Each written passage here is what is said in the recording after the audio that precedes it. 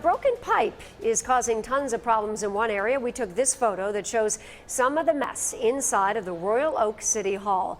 The water flooded 3 floors, damaging election and voter records. 7 Action News reporter Jim Kurtzner is live in Royal Oak with our lead story today. Jim. Yeah, Joanne, the problem is this City Hall building was built in the 1950s, so the infrastructure is 50 to 60 years old. You can see the crews working on it right now, the guy going in with a ladder. They're trying to mop up some of this water inside.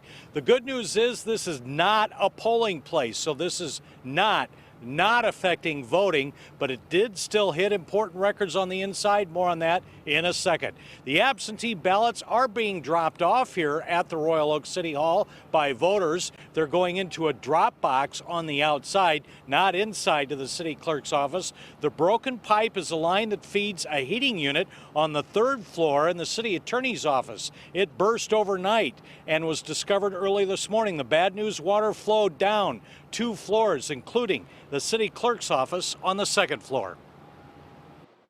Any damage to any records in any of these offices, but especially the clerk's office? Any election, any voter records, anything damaged? Nothing that they probably can't salvage at this point since we caught it early on. They're going to try and dry out anything that's valuable. Are these paper or computer records? We do a lot of things on paper here at City Hall, so mostly paper. Now on to this huge primary election day. Turnout is brisk. The Secretary of State expects at least 2 million voters. That would be 20%. 500,000 absentee ballots are also expected. The race for president contested on both sides, Republicans and Democrats. As we've seen, many of the candidates have spent several days here in Michigan. Now, if you're headed out to vote today, here's what you need to know. You do not have to be registered as a Democrat or a Republican. Any registered voter can participate, but here's kind of a wrinkle, and this is surprising some people. You do have to declare and check the box whether you want a Democratic or a Republican ballot. 4 states are voting today, including Michigan, but we have the most delegates, 147 for the Democrats, 59 for the Republicans.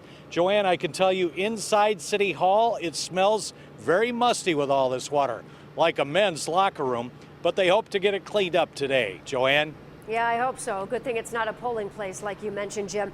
Let's talk about today. You know, we were talking earlier on the Now Detroit a couple of days ago about this election season and how it's so different in that many people are going out to vote today essentially against a candidate as opposed to placing a vote for a candidate, if you know what I mean. And that's happening really with both parties. People feel very strongly.